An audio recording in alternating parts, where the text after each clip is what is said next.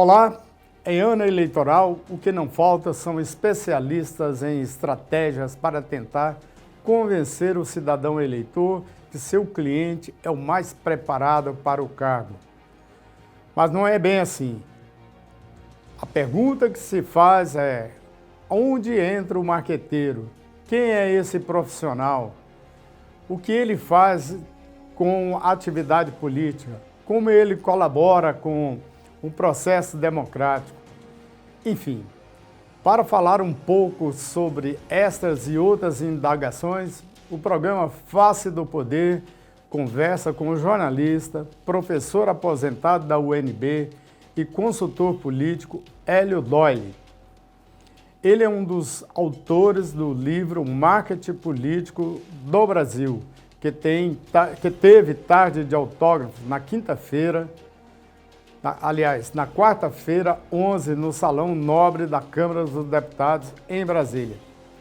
Bom, seja bem-vindo, professor Doyle. É um prazer tê-lo conosco no canal Hoje News. Prazer é meu, Wilson. É um prazer estar aqui com vocês. Ok. Bom, o senhor é um dos 50 autores que colaborou na produção do livro Marketing Político no Brasil. Como surgiu a ideia de escrever sobre este tema e por quê? Wilson, os 50 autores do livro são todos associados de uma entidade que já tem 4 anos, chamada Clube Associativo dos Profissionais de Marketing Político, CAMP. Então, o CAMP tem realizado diversas atividades, mesmo no período da pandemia, virtualmente, como seminários, como reuniões para trocar ideias. Já houve dois prêmios CAMP, de 2 em 2 anos são atribuídos, né, prêmios CAMP, as melhores campanhas, as melhores peças de campanha, as melhores estratégias. Então, o CAMP já tem uma atuação há 4 anos, reunindo cerca de 200 profissionais, quase isso, dessa área. E aí surgiu a ideia de consolidar as diversas experiências, os diversos pensamentos, os diversos conceitos acerca dessa nossa atividade profissional em um livro. E aí a ideia foi muito bem acolhida, constituiu-se um comitê editorial com alguns dos membros do CAMP, alguns dos mais relevantes, e a partir daí foi um pouco mais de um ano para que esse livro pudesse ser lançado. Foi lançado em São Paulo na semana passada e, como você disse, foi lançado na quarta-feira aqui em Brasília, na Câmara dos Deputados. Então, o livro é uma ideia de você, olha, vamos ver, já que nós estamos aqui com diferentes experiências, diferentes vivências, até diferentes ênfases, né? Alguns são mais ligados aos meios digitais, outros são mais ligados aos programas de rádio e televisão, outros são estrategistas, outros são profissionais que estão ali, que trabalham diretamente. Então, juntar tudo isso e tentar fazer uma espécie assim, de um manual do marketing político brasileiro.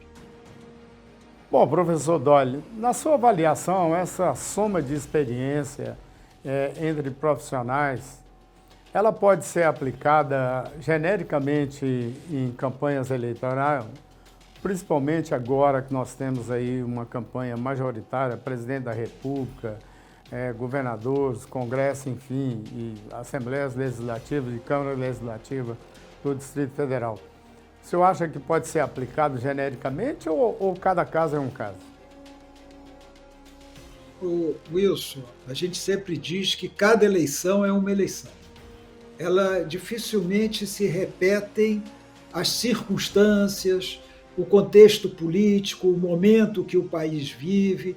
Então é difícil você querer aplicar numa eleição em 2022 o que você fez em 2018, porque era outro contexto, era outro momento, o país vivia uma outra situação, a cabeça do eleitor estava com outras preocupações diferentes da atual. Então, cada eleição é diferente da anterior. É difícil. Agora, é claro que há alguns princípios gerais, algumas normas gerais que podem ser aplicadas em qualquer eleição. Agora, o estrategista, aquele que cuida da estratégia de campanha, tem que saber adaptá-la ao momento e às circunstâncias daquela eleição, né? Por exemplo, para mim mesmo, eu já fiz campanha fora de Brasília, é muito diferente para mim. Eu, uma campanha em Brasília, cidade onde eu moro desde 1961, onde eu me formei, onde eu vivo, tive filhos, estudei, essa coisa toda, eu tenho um conhecimento da cidade, do meio político da cidade, da própria cabeça do eleitor brasiliense, que eu não tenho em relação ao outro estado. Então, se eu vou fazer campanha em outra cidade ou outro estado, eu tenho que me adaptar, eu tenho que me cercar de pessoas que conhecem aquela realidade melhor do que eu, né? Então eu posso utilizar as estratégias, mas eu tenho que saber que eu estou numa realidade diferente. Então, cada eleição é uma eleição diferente. Bom, mudando um pouco aí sobre essa conversa nossa sobre o livro, o presidente do Clube Associativo dos Profissionais de Marketing Político, CAMP, e membro da coordenação da obra, reuniu 50 autores, Blum Hoffman, tem dito que sonha ver o Congresso Nacional aprovar leis eleitorais mais claras, democráticas e livres. O senhor compartilha esse sentimento com ele? Compartilho sim, viu, Wilson? E geralmente os profissionais que trabalham em eleições acham isso também. Eu tenho um pensamento pessoal, não estou falando em nome do CAMP, tá? Estou falando o que eu penso. Eu acho o sistema eleitoral brasileiro um dos piores dentre os que eu conheço. Eu já estudei sistemas eleitorais na universidade, inclusive com o professor Davi Fleischer, que é um dos grandes conhecedores desse assunto, fui aluno dele, fui aluno de outros professores de ciência política, leio sobre o assunto, já tive acompanhando 2 eleições na Alemanha. Eu estou falando isso para dizer assim, eu me interesso por esse tema. Além da minha atividade, eu me interesso por esse tema. E eu posso te dizer, se você for comparar com sistemas de países próximos ao nosso e países europeus principalmente, o nosso é o pior deles. É o pior deles. Mas aí, falando mais objetivamente, eu digo assim, primeiro, a representatividade não é assegurada no nosso sistema, né? Nós temos uma representação que não é real na Câmara e no Senado Federal. Não é real em relação à população que os estados têm, que, né, você tem estados privilegiados da representação, outros não. Nós temos um sistema que, na prática, é dominado pelo dinheiro. Quando você começa a falar de campanha e você fala de um candidato, fulano de tal vai ser candidato. Geralmente a pergunta que as pessoas fazem, ou a observação que elas fazem é o seguinte, mas ele tem dinheiro? Vai ter recurso? Vai ter dinheiro para a campanha? Se ele não tem dinheiro, não tem como ganhar. Sempre o dinheiro presente. E você vê aí a briga quase sanguinária que nós temos pelo fundo eleitoral e pelo fundo partidário, que são os recursos hoje legais para a campanha. Mas os recursos ilegais continuam existindo também. Continua havendo Caixa 2. É um papo furado que não tem Caixa 2. Tem Caixa 2 sim ainda. A Caixa 2 não acabou, né? Agora, você tem o fundo eleitoral, que são recursos públicos, disputado ferreamente pelos partidos políticos. E com base em quê? Com base na eleição de deputado federal. Então, o que acontece? A eleição de deputado federal passa a ser a eleição mais importante do país, que não é parlamentarista. Se ainda fosse parlamentarista, vai lá, né? Mas é um país presidencialista. Por quê? Porque é o número de deputados federais que cada partido tem que define o valor do fundo partidário, o valor do fundo eleitoral, o tempo de televisão disponível e se ele ultrapassa ou não a cláusula de barreira. Então, a eleição de deputado federal passa a ser a mais importante.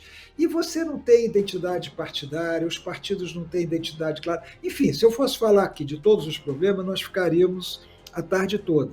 Então, é preciso realmente fazer mudança. Agora, o que nos incomoda, como profissionais que trabalham em campanha eleitoral, são as restrições excessivas às campanhas. Porque o eleitor tem muito pouco tempo para ter contato com os candidatos, principalmente num país de dimensões continentais, com estados, como o próprio estado de Goiás e outros, de dimensões muito grandes. Né? Então, você tem apenas praticamente 45 dias. Você tem 45 dias de campanha eleitoral, sendo que há uma coisa ficcional chamada pré-campanha, em que tem uma legislação meio hipócrita. Você pode fazer tudo, mas você não pode dizer, não pode pedir voto. Você não pode dizer que é candidato. É meio hipócrita isso. Né? E durante a pré-campanha, você não pode usar o fundo eleitoral. O fundo eleitoral só pode ser usado durante a campanha. Então, o que acontece na pré-campanha? Caixa 2. Os caixas 2 que vão alimentando as fortunas pessoais dos candidatos. Isso sustenta a pré-campanha, porque a campanha em si é muito pequena, são 45 dias só, para ter esse contato do eleitor. Então, quando você... Estava te falando da Alemanha. Você chega na Alemanha, 4 anos antes da eleição, você praticamente já sabe quem serão os candidatos a primeiro-ministro, que lá chama chanceler. Por quê? Porque todo mundo sabe que os candidatos a primeiro-ministro são os líderes dos partidos. Cada partido tem seu líder. Então você já sabe quem são. Aqui, nós não sabemos ainda quem são os candidatos a presidente da República. Há 5 meses da eleição. Quer dizer, então, e a comunicação do eleitor, do candidato com o eleitor, ela tem trava demais hoje. Eu não sou a favor de uma liberação total. Por exemplo, muitos dos meus colegas defendem os showmícios. Eu sou contra showmício. Eu acho que o showmício é uma manifestação de poder econômico muito grande. O candidato que tem mais dinheiro contrata os artistas mais caros, coloca os artistas mais caros para juntar as pessoas, tal, desequilibra o processo. Né? Mas alguns colegas meus são favoráveis ao showmício. Mas você tem algumas restrições, até definir o tamanho da placa que alguém pode colocar em sua casa, não pode ser maior. Essas restrições realmente não fazem muito sentido hoje. Então, eu acho que teria que haver, eu concordo, talvez eu seja até mais radical do que ele nesse aspecto. Eu acho que a legislação eleitoral brasileira é muito ruim. Eu acho que o trabalho do TSE, sem querer desprezar a importância do tribunal, o trabalho do TSE não é bom, é um absurdo, Wilson. Você tem um candidato impugnado, esse candidato é empossado, quando ele está no 3º ano do mandato, o TSE resolve afastá-lo do governo. Se é para afastá-lo do governo, afasta logo, faz um mutirão de julgamento sumário, rápido. O TSE enrola 3 anos para julgar um candidato que já tomou posse, que já está lá. Isso não tem sentido nenhum. Então, o TSE é um tribunal moroso, é um tribunal em tempo parcial. Os ministros do TSE, eles têm outras atividades. Ou eles são ministros do Supremo Tribunal Federal, ou são ministros do STJ, ou são advogados que continuam advogando.